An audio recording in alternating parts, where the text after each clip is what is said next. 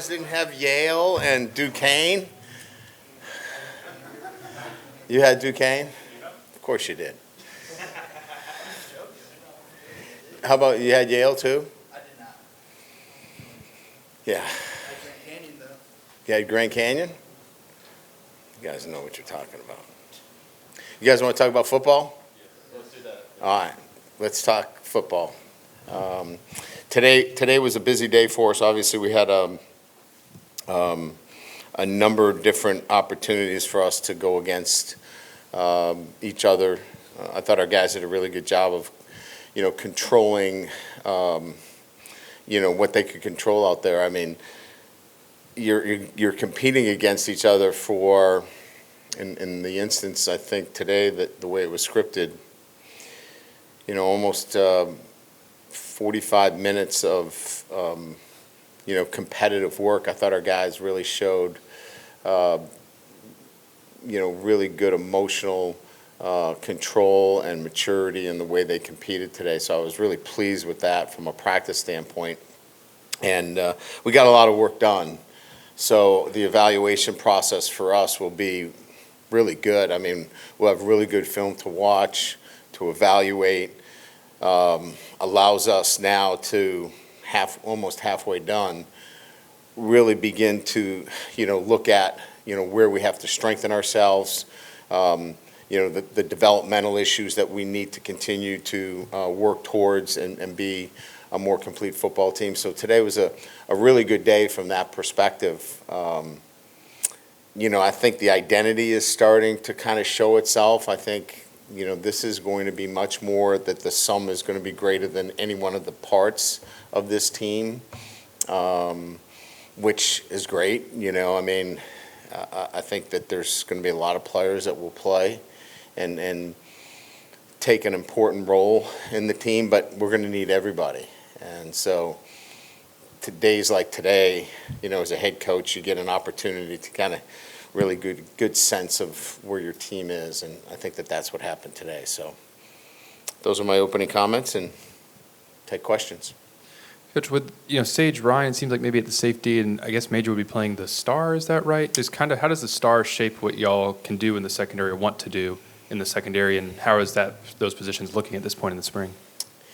So the star gives you a lot more, I would say, versatility within your defensive structure. A guy that can play man coverage, a guy that can blitz, a guy that can play zone coverage, a really good tackler, athletic in space, but also, a guy that's rugged enough that, if you put a tight end, he can handle himself at the line of scrimmage. If you're going to get into, two tight ends, you could move the star off the field and add another linebacker, to the mix. But, we felt like, Major, really fit that mold in terms of the star. He's closer to the football, and he has those skills that we were looking for. Sage obviously is a guy that we moved around all over trying to find a spot for him. He's got speed, he's got athleticism. Obviously, that was a position that needed some depth, and he provides obviously that experience that was lacking at that position.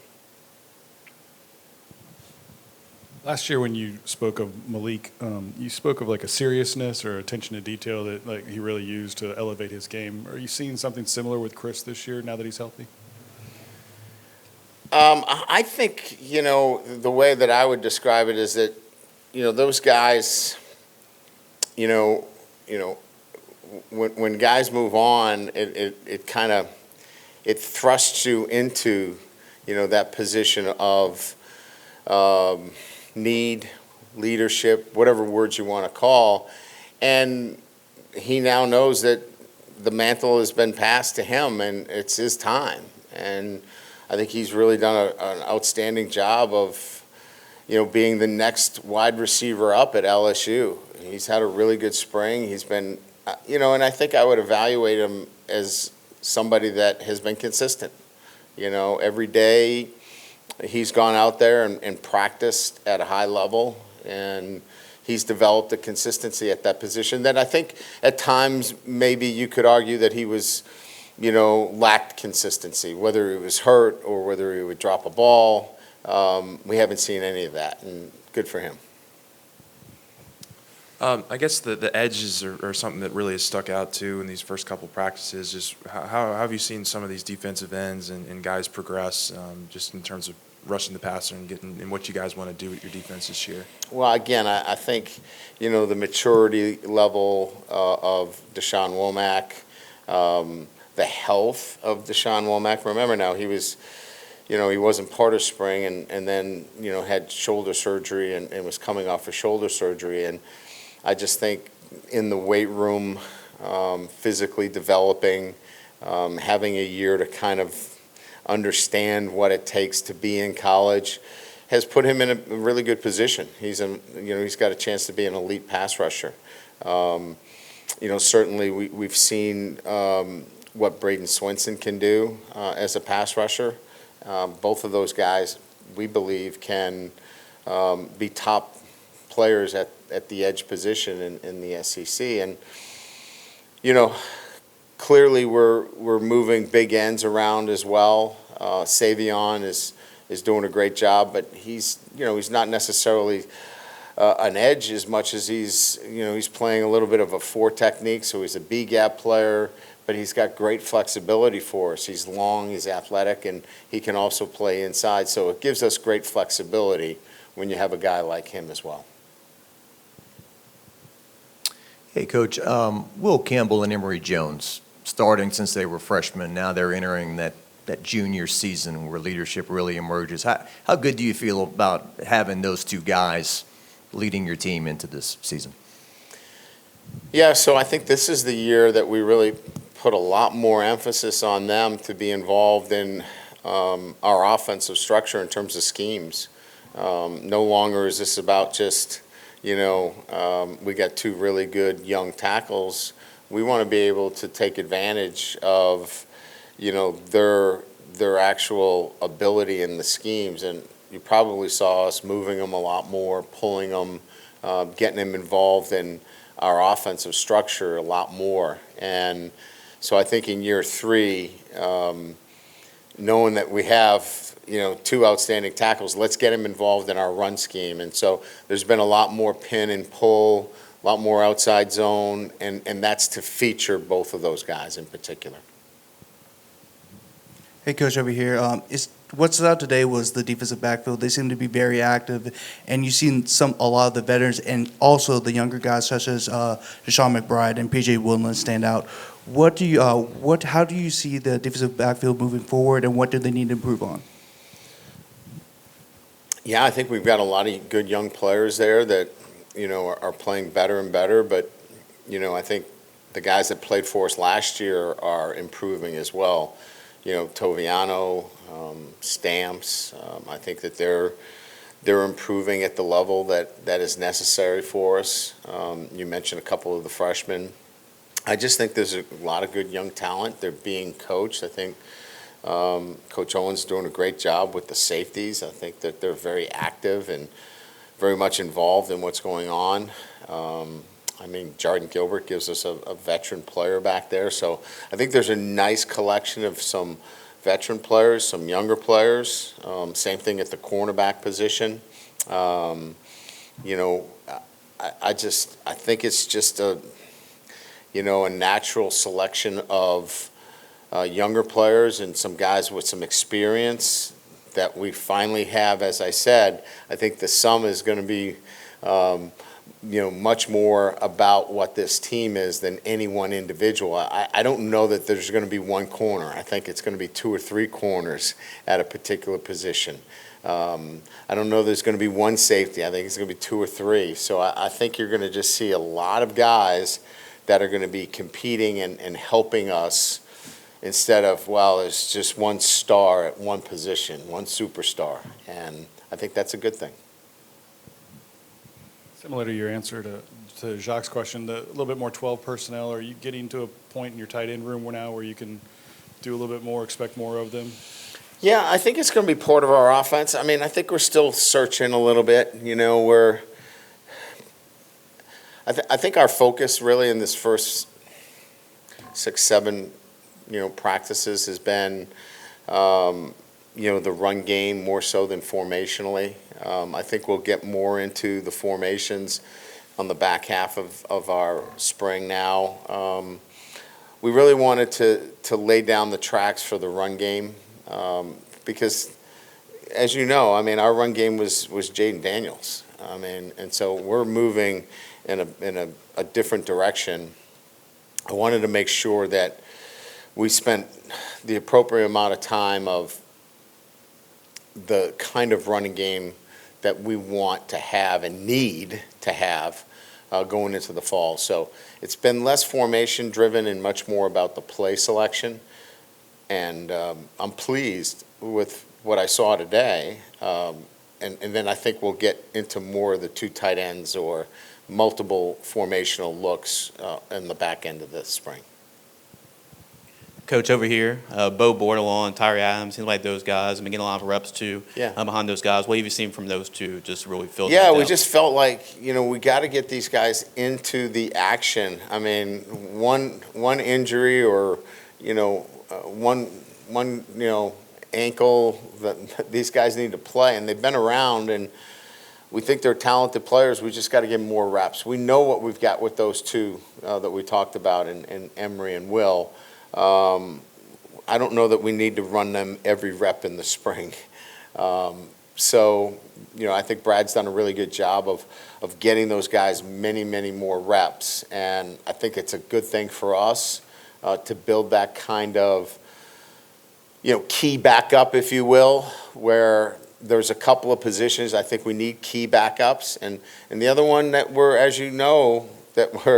working on is the key backup at quarterback. And that position needs to continue to grow as well. So my eyes are on those areas, at the tackle position and certainly at the quarterback position.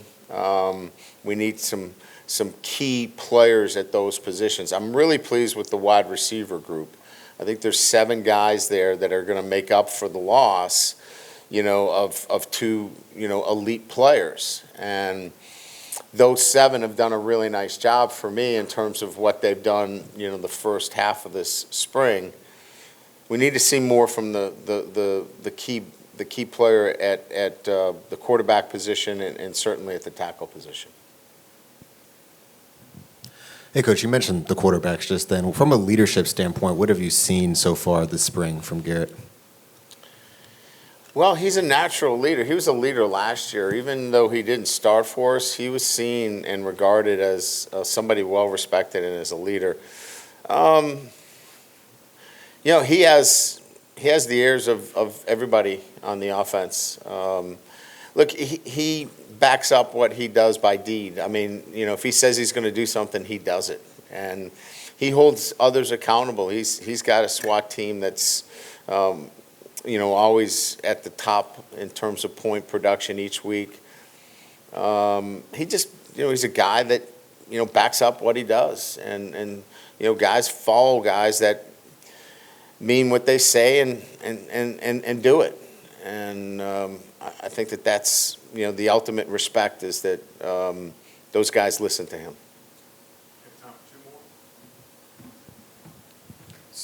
They did a good job of a video with Brad Davis the other day, just kind of getting an inside look in the room. How valuable is it to have that guy? Obviously, he's got an experienced room that he can work with, but as a guy on the staff that can kind of get everybody going, not just his room. Yeah, so when I was hired, and I think, people could say, well, you should have kept this guy or should have kept that guy. He was the one that really, in my estimation, was somebody that I wanted to retain based upon, not that he was funny, but it's awesome that he's got a great sense of humor, and he's able to relate. But I love the way he was able to communicate and be demanding, but at the same time build relationships with all the players. And at that time, he was the acting head coach, and both sides of the ball really enjoyed being with him. So it doesn't surprise me, and he's doing a fabulous job. Just as Kyron Lacey comes back, for another year here, what do y'all want to see out of him this spring, and what have you seen thus far? I think,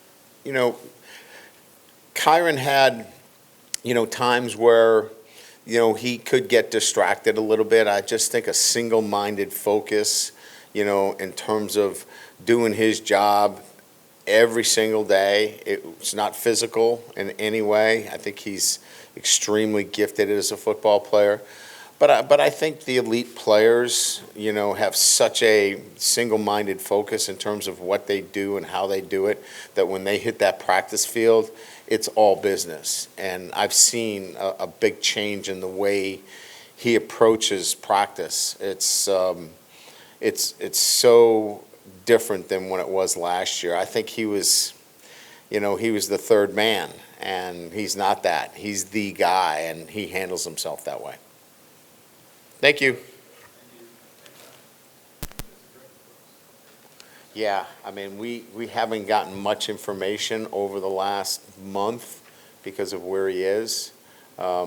We know he's in intensive daily rehabilitation. He's up, walking, doing all those things, doing, all of the occupational rehabilitation. It's just a slow process. But everything is coming back. It's just a slow process.